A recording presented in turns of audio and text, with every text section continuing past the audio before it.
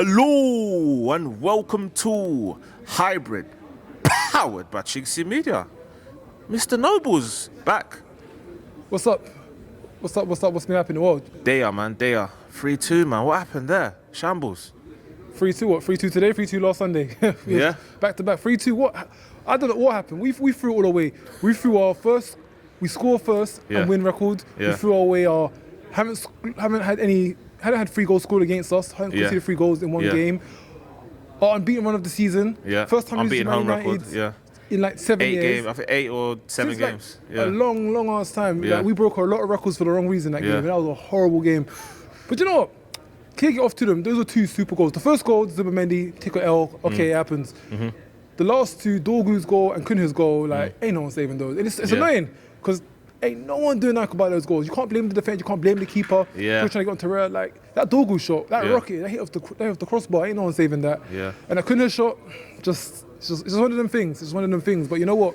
We're still 4 points clear. We're still top of the table. This is what people are forgetting. We are 4 points clear, you know, after losing. But despite that, I'm not going to get too excited because the way we've been playing, last 3 games, 2 draws and a loss. We've taken 2 points from potential 9. Like not great. Not good at all. We could have been potentially 11 points clear. We're now 4 points clear. See that they've picked themselves back up again, get into a little bit of a stride, and we're full of the bandwagon. We're going to go to Leeds on Saturday, and we just need to win 3 points. I don't want to hear no excuses, no reasons why. 3 points and we keep it moving. And then Chelsea on Tuesday. All right, today, 3-2 against the worst team in the competition. What the hell happened there, bruv? That scoreline, do you know what? All I was saying, I wanted to win that game. I wanted us to win that game. 8 clean wins in the Champions League, not been done before, first time. We take that merit with us. 3-2, the score looked a lot closer than it was. The the possession, the stats, the shots, the attempts and everything, we completely whitewashed it. They got a penalty, which Calafiori was doing nonsense for. They got a goal at the end, which meant it was pretty much the last kick of the game. So the fans can go back to Kazakhstan, Central Asia. They can start to cheer about. They scored 2 goals at the Emirates, had a few celebrations. But the party comes to an end. So I'm fine with the way the game went. We played a C squad. We had like 11 changes on that squad. A bit strange. Odegaard came on at half time. I just felt that didn't really need that, did we? Wasn't really needed. Who did he come on for? Because I had to leave at that time. Ooh. Was it for midfielder? Would it be Havertz? Havertz. Oh, Havertz came on. But I would believe, obviously, you're managing Havertz minutes. But at the same time, was there nobody else? I guess no Rice, no Mourinho. I guess nobody else. No, Rice was suspended. But then again, you know, it's one of those things. Is what it some of the youths, Bailey, he got some minutes. He got to play around. He got to run around. Who else got to run around? Did Marley Salmon come on? No, he didn't come on, you know. Oh, he didn't? He didn't come on. What about that young centre-forward, Anus, Harriman Anus? No, did he come on? Do you know, someone might have come on. I might be forgetting this, but I think someone did. But yeah, man, it's important that we got the win. We kind of got Sunday out of our systems and obviously, you know, got back to winning ways. Ife Ibrahim, another youngster making his debut. He came on. Bailey Joseph, he came on. Okay. Someone didn't come on, but you know, two youth players, 2 youngsters got to run out. So that's happy good, about that. And so players shook off the dust, players shook off the rust. Yeah. They got to play around. They got to go. They got to rest. We put Sunday behind us, and now we got to Leeds. Like I said, that is a must-win game. That is a must-win game because I was saying before the United game, if we lost the United game, but we beat the worst Liverpool side that's possibly out, and we beat a relegation fighting Nottingham Forest. All right, cool. 6 points out of 9. All right, cool. Nah, but Man United, I hate Man United more than anyone. I'd rather lose to anyone else than them. Taking rivalries aside, if we won 2 out of those 3 games, the easier games, because Liverpool aren't on form, Nottingham Forest aren't on form, Man United were the only one on form. If we could have taken out those 2 teams, then it doesn't look as bad right now. We've picked up 3 extra points on what we've got now, so we can take that. But the fact that we've had a run of 3 games and we've done squat all with it, it's worrying. It's what it is. I mean, Man City have been in a wretched run of form as well themselves. I mean, take away their win against freaking Wolves, you know. Yeah, but the thing is, that's the difference between champions. We can't. If we want to be champions, we can't be saying, "Oh yeah, but City are messing up." No, we got. If we could take 11 points gap, we take 11-point gap. We don't say, "But City are playing terrible." To know that's not the point. Because now they're 4 points behind us. And City, we've been in this position. We've been here before. We've been 2 here. 2 years ago, 3 years ago. We've been here for 2 years in a row. We've been here 22, 23, 23, 24. We've been here with City chasing us, and all it takes is a complacency or slip up, and they're ahead of us, and it's out of our hands. So we got to win this game. We got to win on Saturday against Leeds. There's no way about it. I was saying as well that City will have to think They just need to get within 3 points of us. So they're within 4, because obviously we play them, isn't it? We play them in April. See, a couple weeks ago, when we was 11 points clear, I was like, yeah, we can go to 8 here, we can park the bus, we can haramble tactic our whole way through that game. Now, it's looking like it's getting to the point where we might have to win that game. We might have to really go and win the game. If we let it get this close and see a couple points away, that could be the deciding game of the season. So, and we know Arteta's style. We know he's not going to go there and go out for the all-out win. We know it's going to be a defensive display. But we've been here, like I said, we've been here before. Going to the A-head, banking on the win. It's not an easy place to win. Let's secure it before we get there. Let's secure the game. Let's secure the title, the points before we even get there. Couple things have gone over people's heads. You know who Man City's last game of the season is against? Who? Aston Villa. And also their next 2 games, they ain't winning both of them. And Liverpool away. They're not winning both of them games. I'm going to say it on record. I've seen madder things. Yeah, I hear it. I've seen madder things. And I think if they win both, panic. Listen, I'm not waiting for the signals to go red before I start panicking. Yeah. I'm looking at things now because we don't need.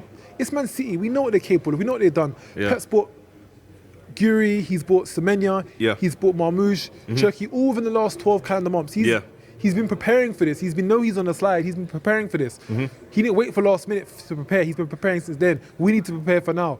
I think another signing would be lovely. I think another signing would be great if we get it over the line, just to strengthen to the team. Because right about now, our attack does not look like it knows what it's fluidly doing. If we ain't getting a corner or we ain't getting an own goal, it looks like we're struggling. We're struggling. To get the opener anyway. Usually our corner or our own goal will kind of get that opener and then they'll open up. Yeah, but if the corner or own goal don't come, well, that's what I mean. That's where we're. Listen, we didn't spend 60 million on Eze, same amount on Gyökeres, 50 million on Noni, just to then be like, yo, we got corners and we got own goals and we got a few set pieces. Like we didn't spend all that money for nothing. Yeah.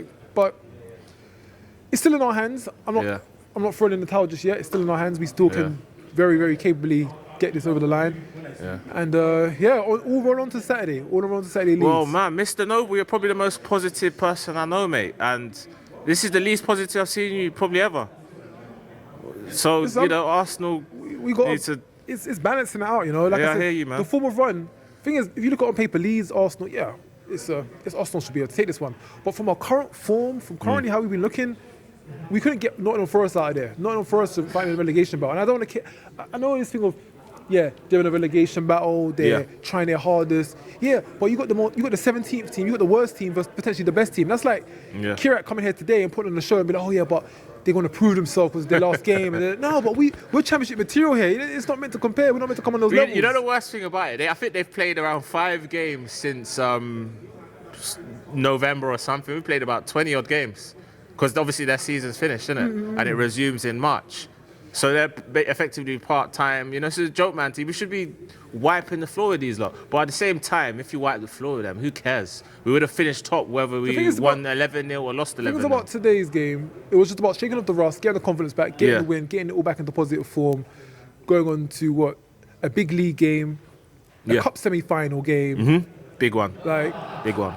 We'll keep ourselves in pole position, keep the heads up, and know that there's still things to fight for, So today, we won today, but let's be real. Today wasn't the best performances overall. Because in the first half, Gyökeres could have had a hat-trick.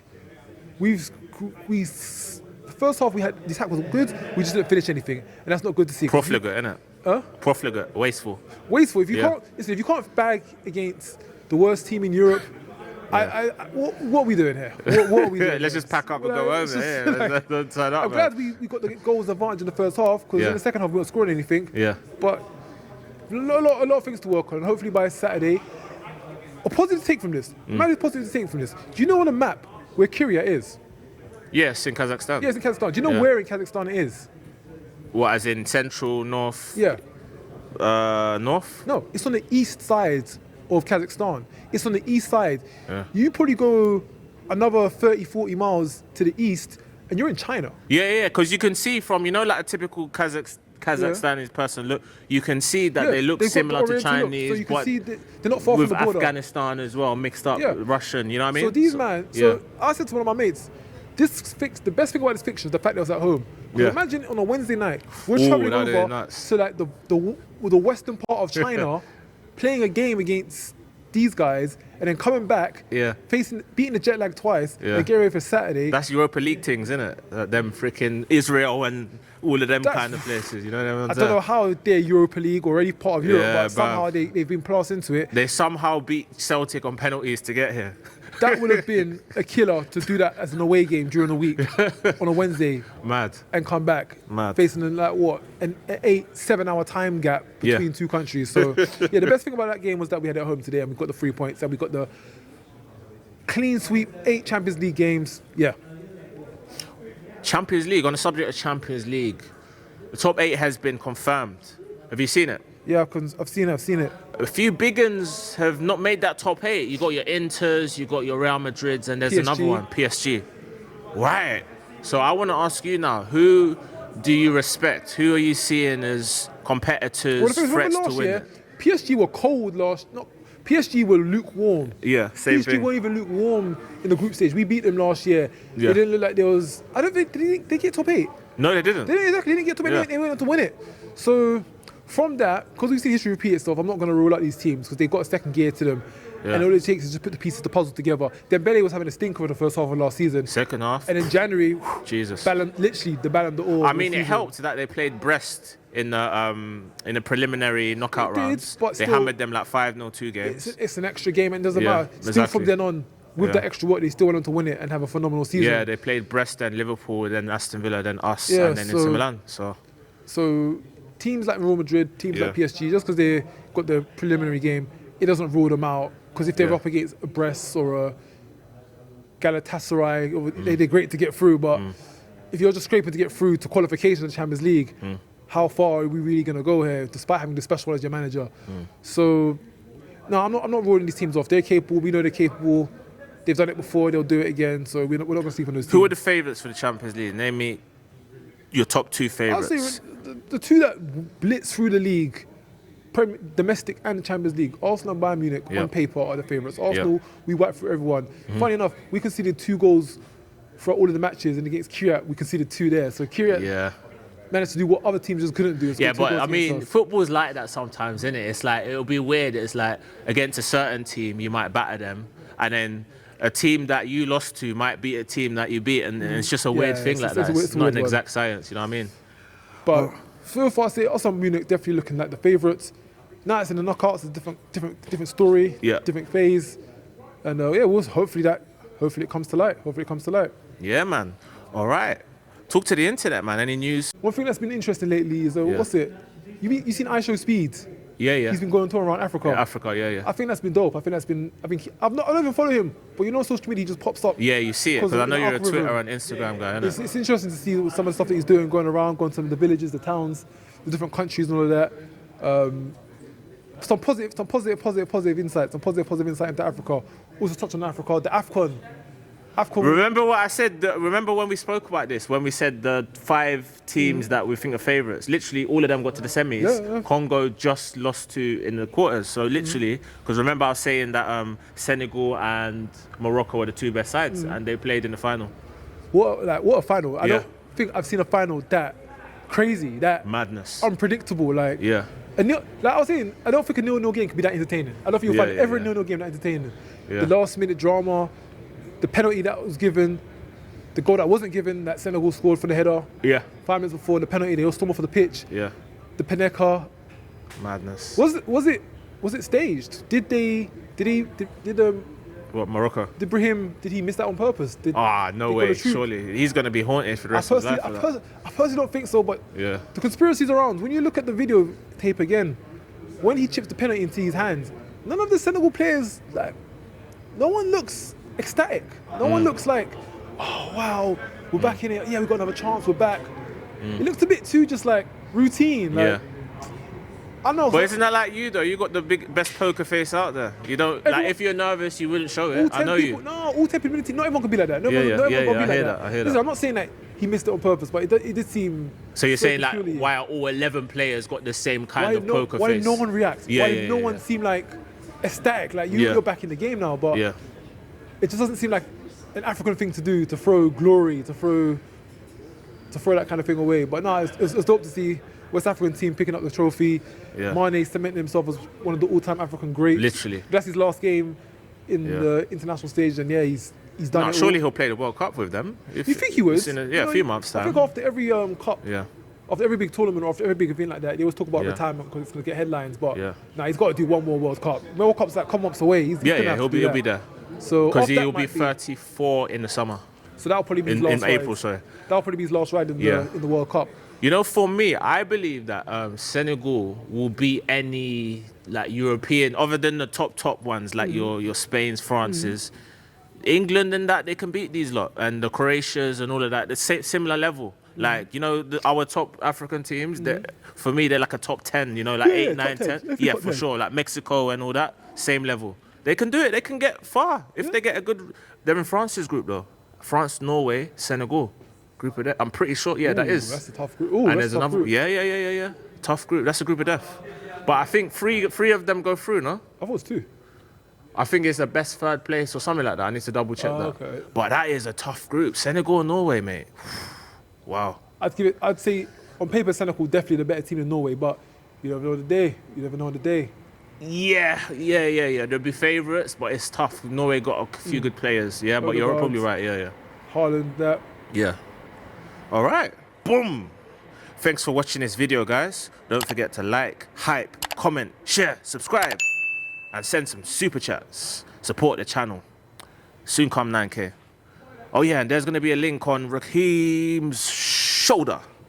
Click that link. And be sure to check out these playlists for more amazing videos only on Hybrid, powered by chinkseyMEDIA.